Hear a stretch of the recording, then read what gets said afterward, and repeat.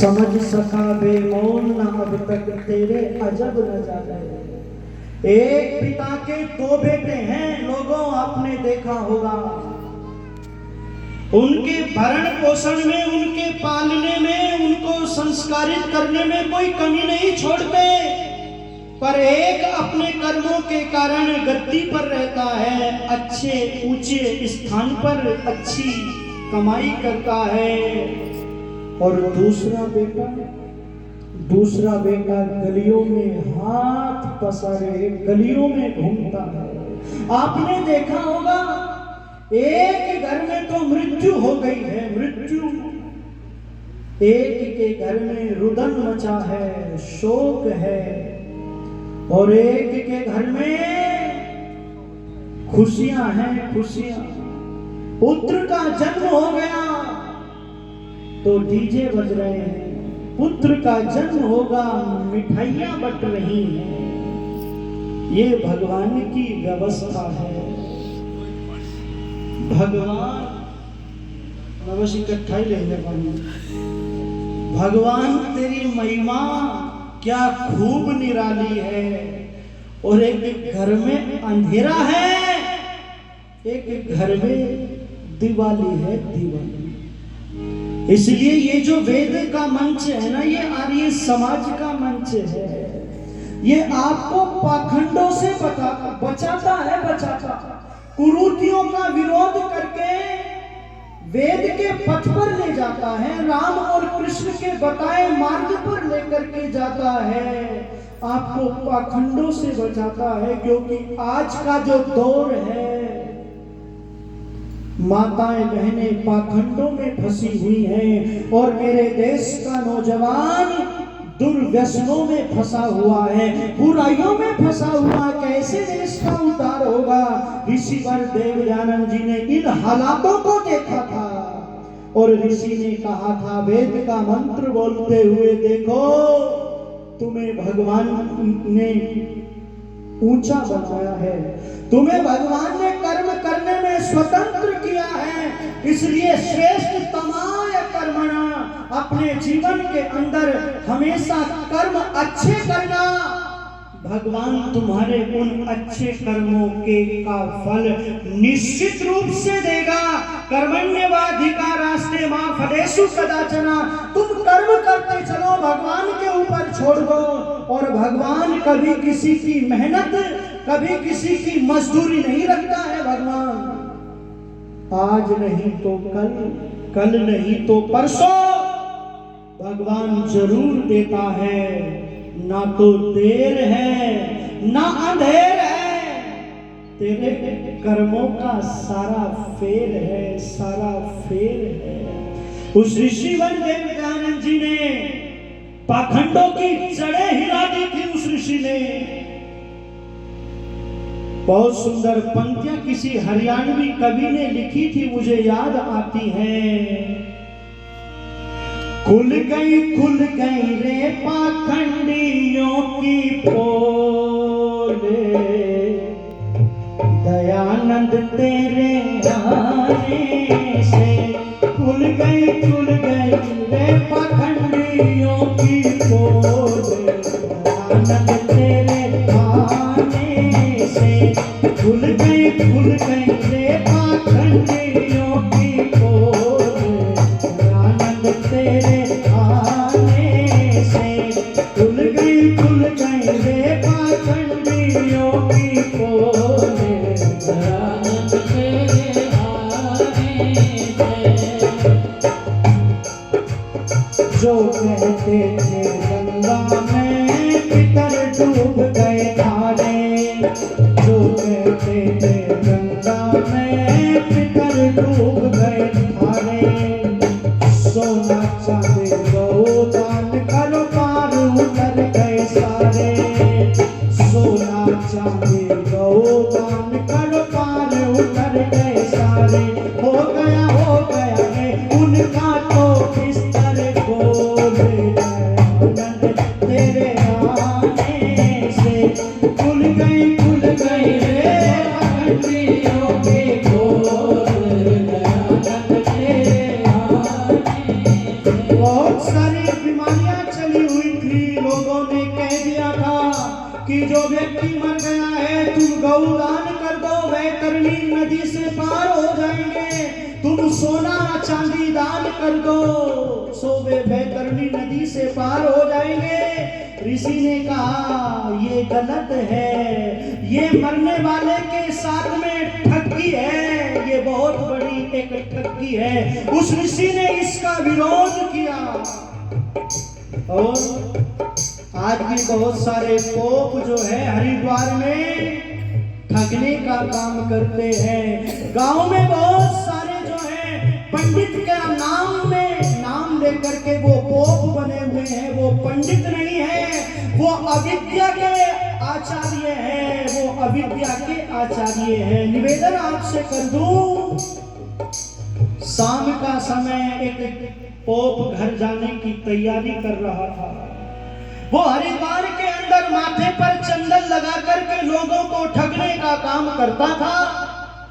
चंदन समाप्त हो जाता था तो घर चला जाता था, लोगों को ठगता था, अपना काम बनाता था, लोगों को गुमराह करता था। अपने घर को जा रहा था कि एक जाट देवता जी आ रहे थे। इसने सोचा इस जाट देवता को भी ठगता चलूं, इससे भी कुछ लेता चलूं।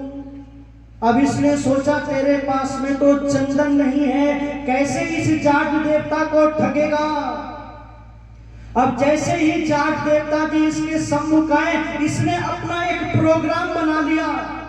इसने गंगा जी की रेती का एक बहुत बड़ा ढेर बना लिया और उसके सम्मुख जाट देवता को रोक करके बोला ठहरो ठहरो ठहरो। जाट देवता जी ठहर गए और जाट देवता से कहने लगा, अपना प्रोग्राम बनाया हुआ था उसने तो। बोले तू सुन यजमान भाग्यवान, अब दे दे तू मुझे गौदान। चंदन से खाली हो गया है चंदन दान, इसलिए यह गंगा जी की रेती है, तू चंदन करके मान। तिलक जो है चंदन का नहीं, गंगा की रेती का तिलक कर दिया। बोले इसको चंदन मान ले और अब मुझे गौदान दे दे। गौदान तेरा उद्धार हो जाएगा, तेरा स्वर्ग, तेरा परिवार वैतरणी नदी से पार हो जाएगा, तेरे पितर पार हो जाएंगे। अब जाट देवता ने इसकी ओर देखा और देख करके बोला अभी आपको दान देता हूं।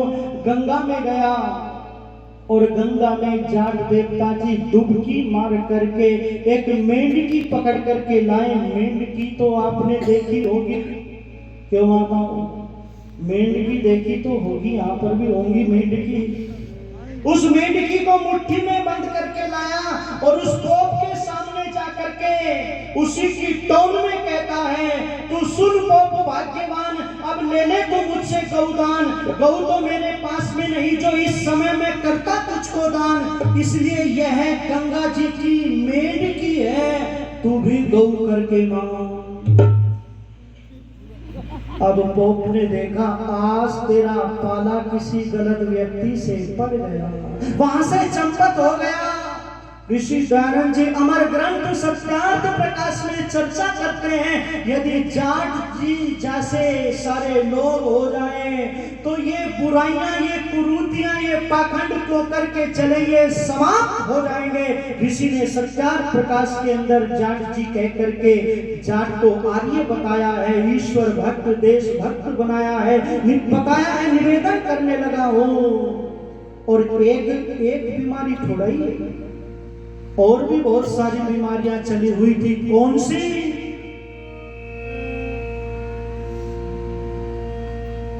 हवन जनेऊ गायत्री से पढ़ना पाप समान। हवन जनेऊ गायत्री से पढ़ना पाप समान। हवन जनेऊ गायत्री से पढ़ना पाप समान। वैदिक धर्म की टूटी गई बोल, आनंद तेरे आने से। वैदिक धर्म की टूटी गई बोल, आनंद तेरे आने से।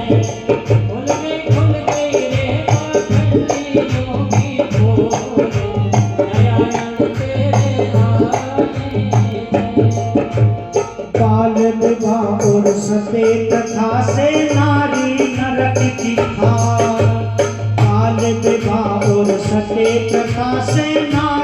नरक की खान। हवन जनेऊ गायत्री से पढ़ना पाप समान। वैदिक धर्म की टूटी गई डोर। दयानंद तेरे आने से खुल गई रे पाखंडियों की ओर। दयानंद तेरे आने से ओम स्वरूप दीवाना तेरा वेद की बात बतावे। ओम स्वरूप दीवाना तेरा वेद की बात बतावे। इन रोगी और पाखंडियों की धज्जियां खूब उड़ावे। इन रोगी और पाखंडियों की धज्जियां खूब उड़ावे। सत्यार्थ प्रकाश मिला अनमोल। दयानंद तेरे आने से खुल गई रे पाखंडियों की पोल। दयानंद तेरे आने से खुल गई रे पाखंडियों की पोल। दयानंद तेरे आने से खुल गई रे पाखंडियों की पोल। दयानंद तेरे आने से वैदिक धर्म की टूटी गई डोर। दयानंद तेरे आने से ईश्वर तेरे आने से। दयानंद तेरे आने से दयानंद तेरे आने से।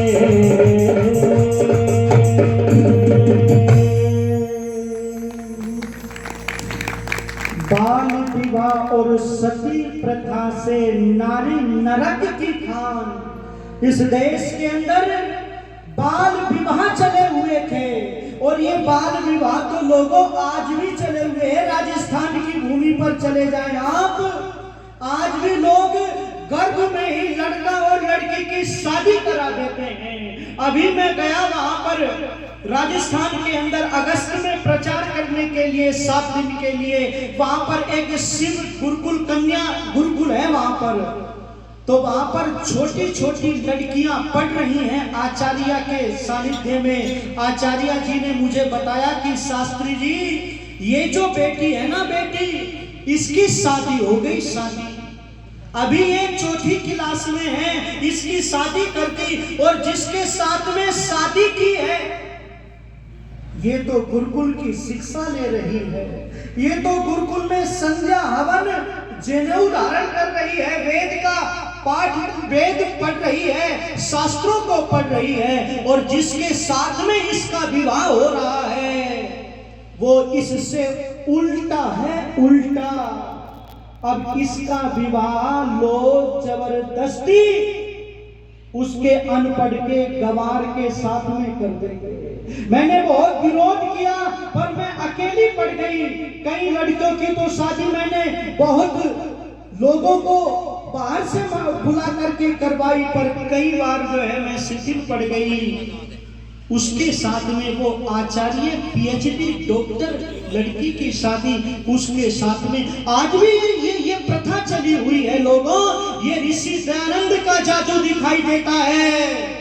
ऋषि राज तेरा तेज चहु और छा रहा है और तेरे बताए हुए मार्ग पर ये संसार आ रहा है। इस बाल विवाह का अगर किसी ने विरोध किया, किसी ने जहर के प्याले पिए इस बाल विवाह को रोकने के लिए, किसी ने नारी का जो सम्मान आगे बढ़ाया, वो लोगों वो महर्षि स्वामी दयानंद जी ने इस नारी जाति को पूज्य बताया। इस नारी जाति को मां जगदम्बा के स्थान पर आसीन कर दिया उस ऋषि ने। धन्यवाद। मैं निवेदन करने लगा हूं कि ऋषिवर देव दयानंद जी जो है बहुत उच्च कोटि के संत थे। ऋषिवर देव दयानंद जी महाराज ने नारी जाति के गौरव को बढ़ाया। मैं निवेदन हमारे आदरणीय बलराज जी जो है 100 रुपए देकर के सम्मानित कर रहे हैं। बलराज जी का बहुत आभार। किसी ने नारी को ये कहा कि इसमें आत्मा नहीं होती, आत्मा। किसी ने नारी को ये कहा, ये पैरों की जूती है। किसी ने ये कहा, ढोल गवार शूद्र पशु नारी ये सब ताड़न के अधिकारी। और इस चौपाई को लेकर के वर्तमान समय में बहुत बड़ा जो है तूफान आया हुआ है। इस पर बहुत बड़ी चर्चा हो रही है। लोग कह रहे हैं रामचरितमानस को जला दो, ये शूद्रों का, ये नारी जाति को शिक्षा के द्वार बंद करता है। पर कुछ लोगों ने कहा ये जो ताड़न का शब्द है ये शिक्षा के लिए प्रयुक्त हुआ है। निवेदन करने लगा हूं, किसी ने ये कहा इनको जितना पीटो उतना कम, किसी ने कहा ये भोग की वस्तु है। पर जब वो नारी ऋषि के सामने गई है, जब ऋषि से पूछा गया तो उसने कहा, अरे ये नारी यत्र नार्यस्तु पूज्यन्ते रमन्ते तत्र देवता। ये नारी तो जो है घर की जो है देवी है, देवी। जिन घरों के अंदर नारी का सम्मान, इन देवियों की पूजा होती है। और वेद कहता है कि नारी तो राष्ट्र की आधार है, वेद कह रहा है। निवेदन करने लगा हूं, उस नारी ने वकील बनकर के जितनी वकालत तुम्हारी की है, जितने भी संत आए सब अपनी बात कहते रहे, जितने भी संत आए, पर ऋषि दयानंद एक ऐसा संत आया जिसने तुम्हारी बात रखी, वेद की बात रख करके तुम्हारे गौरव को बढ़ाया। उस ऋषि ने तुम्हारे गौरव को बढ़ाया और बदले में उस ऋषि को जहर मिला। बदले में ईंटें और पत्थर सांप फेंक करके मारे उस ऋषि के। पर वो ऋषि वो धैर्य का धनी व्यक्ति था, वो ऋषि क्षमाशील व्यक्ति था। निवेदन आपसे कर दूं, उस ऋषि वर देव दयानंद जी ने नारी जाति को साम्राज्य बना करके रख दिया। उस नारी जाति ने मां जगदम्बा के स्थान पर ब्रह्मा स्त्री ही ब्रह्मा बभूविथा कह करके नारी जाति का जो है यत्र तत्र उस ऋषि ने प्रशंसा की है। उस ऋषि ने माताओं बहनों तुम्हारा गौरव बचाया है, तुम्हारी लाज रखी है। जो बाल विवाह हो जाता था उनको सती कर दिया जाता था, उनको विवाह नहीं करने दिया जाता था। पर ऋषि दयानंद जी ने उजड़ी मांगे फिर से बसा दी, उजड़ी मांगे फिर से सजा दी। जिनके पाँव में ना पायल थी ना बिंदिया मुख पर, ऐसी अबलाओं की फिर मांग सजा दी तूने। और दूसरा कृष्ण तुझे कहने को जी करता है, जी चाहता है, बुझती हुई वेद सम्मा फिर से जला दी तूने, फिर से जला दी तूने, फिर से जला दी तूने। मुझे गीत की पंक्तियां याद आती है, ऋषि के उपकारों को भूल गए हम लोग, ऋषि के बलिदानों को भूल गए हम लोग। और डंके की चोट पर कहता हूं, नारी जाति को जो सम्मान इस सनातन धर्म में मिला है, वो सम्मान नारी जाति को मुसलमानों में नहीं मिला है, ईसाइयों में नहीं मिला है, और बहुत सारे स्थानों पर वो सम्मान नहीं मिला जो सम्मान आज भी जो है नारी जाति को सनातन धर्म में मिलता है। निवेदन आपसे ये करने लगा हो कि ऋषि वर देव दयानंद जी ने जहर के प्याले पिए और बेमौल जी ने बहुत सुंदर पंक्तियां लिखी।